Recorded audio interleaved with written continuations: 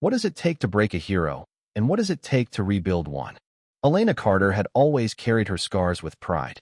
They were not just marks on her skin but badges of survival, etched into her face and arms during a roadside bomb attack in her final deployment. At 32, she had served 3 tours, saved countless lives, and returned home to a small town in Ohio, hoping to rebuild. Her dream was simple: a steady job, a quiet life, and a chance to heal. But the world, it seemed, wasn't ready to let her scars fade into the background. She landed a job at Pinnacle Solutions, a sleek corporate giant that promised opportunity for all. The role was modest customer service, but Elena didn't mind. She was good with people, her voice calm and steady, a skill honed in high-stakes missions. For the first few weeks, everything seemed fine. Her coworkers admired her work ethic, and her manager, Greg, even praised her military precision. But then the whispers started. Customers began to notice her scars, jagged lines across her cheek and forearm, impossible to hide. Some stared. Others asked invasive questions. One even complained, saying her appearance was unsettling. Greg called her into his office one gray Tuesday morning. His tone was cold, his eyes avoiding hers. "Elena, we've had feedback," he said, tapping a pen against his desk. "Your scars, they're distracting. We're a professional environment, you understand."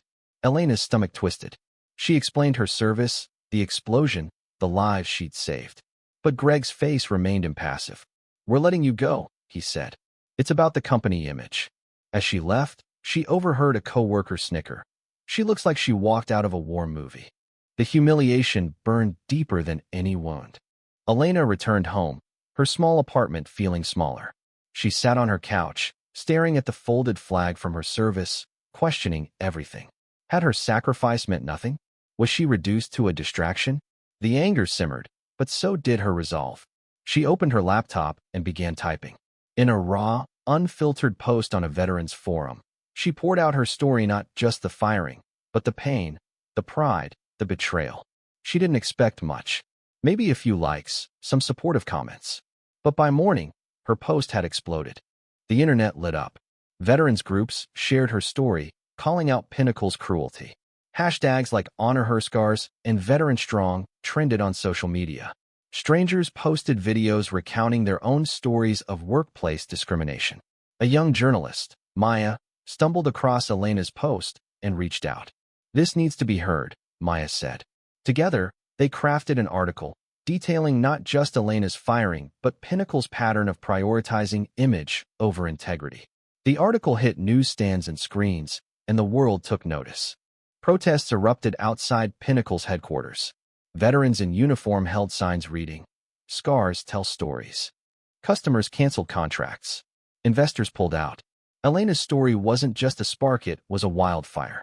Social media platforms buzzed with calls to boycott Pinnacle. A viral video showed a former employee exposing how the company pressured staff to maintain a polished look, even at the cost of morale. The CEO, a polished man named Richard Holt, issued a statement. "We regret any misunderstanding." But it was too late. The public saw through the corporate veneer. Elena, meanwhile, wrestled with her newfound spotlight. She wasn't used to being a symbol. Reporters camped outside her apartment, and her inbox overflowed with messages, some hateful, most heartfelt. One letter came from a teenage girl who wrote, "Your scars make me feel less alone with mine." Elena cried reading it, realizing her pain had become someone else's strength. Pinnacle crumbled under the pressure. Lawsuits piled up, and an investigation revealed discriminatory practices stretching back years. By the end of the month, the company filed for bankruptcy. Richard Holt resigned, his legacy in tatters. Elena didn't gloat. She felt no joy in the company's collapse, only a quiet sense of justice. Her scars, once a source of shame, had become a beacon.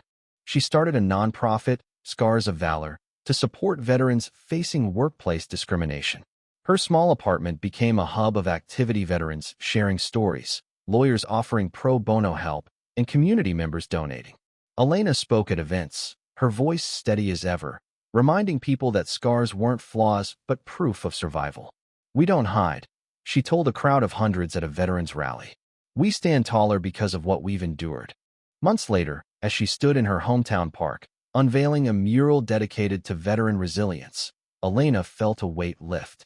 The mural showed a soldier's silhouette, scars glowing like stars against a golden sky.